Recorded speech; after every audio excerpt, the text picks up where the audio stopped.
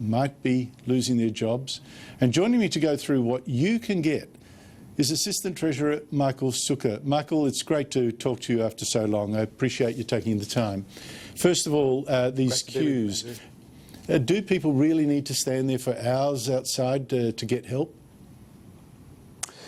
Well, Andrew, great to be with you. And no, in fact, we would encourage people to the greatest extent possible not to go to their Centrelink office for obvious reasons, with social distancing and others.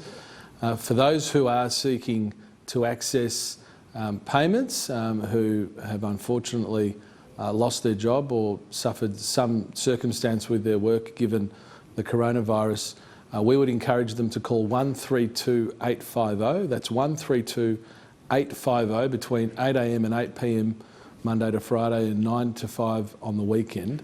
That will enable them to get a reference number that will then enable them to make an application via MyGov. All they need to do to get their reference number when they call 132 850 is to have 100 points of ID on hand. I think we're all familiar with that. We will document what that 100 points of ID is. We won't verify it at that time because of obviously the urgency of the circumstances in front of us. It'll be verified later on, but we'll note that 100 points of ID. You will get a reference number that then enables you to log on to MyGov and immediately access job seeker payments of up to $565 a fortnight. That will then, that'll kick in immediately. That will then entitle you to the first economic stimulus payment of $750, which will be starting in about a week or so's time from the 31st of March.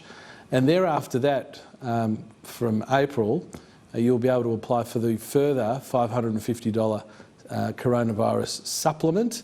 And now assuming that you have no other income and that you meet all the other requirements, that will mean between the job seeker payment and the coronavirus supplement from that date in April, you will be again, give or take your own circumstances, receiving about $1,100 a fortnight, in addition to that previous $750 payment.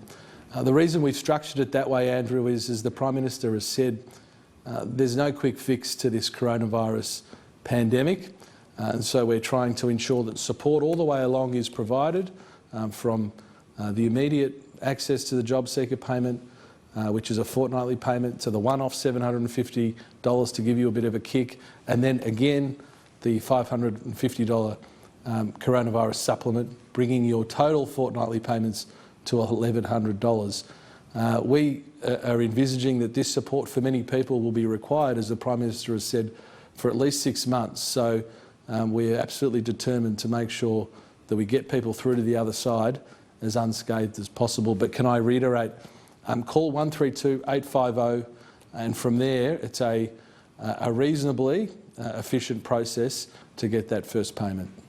Now, unfortunately, of course, the MyGov website then need to go on to do all the paperwork. That crashed yesterday, crashed again today. What's the story for tomorrow? Well, Andrew, look, I apologise. The government apologises to people who were unable to get on to MyGov. There was a set of circumstances between obviously the announcement of the package and these very important support payments and a shutdown essentially of entire industries, whether it be hospitality and pubs and clubs and others, which meant that MyGov got overwhelmed. So we do apologise for that. We're working very hard to make sure that the capacity is there for what is likely to be a surge, and we're confident that those issues have been ironed out. Can I guarantee that there won't be any issues in the future? Of course not. But MyGov is up and running as we speak. There have literally been tens of thousands of applications that are already being progressed. Can I say on the ATO side, which is an agency that I administer, we have ramped up all of our call centres. I think we've now got wait times down to about 8 minutes, and we've today, for example, received 26,000 calls from people asking questions that would be related to their own tax circumstances and the $66 billion package that we brought out. So of course, Andrew, we want to make this as easy as possible for people in what are very difficult circumstances. So, of course, what about, can I ask one more thing that you've done? Yes. Look, it's unfortunate. There was a huge surge. That's a great pity, but let's hope that tomorrow's sorted out.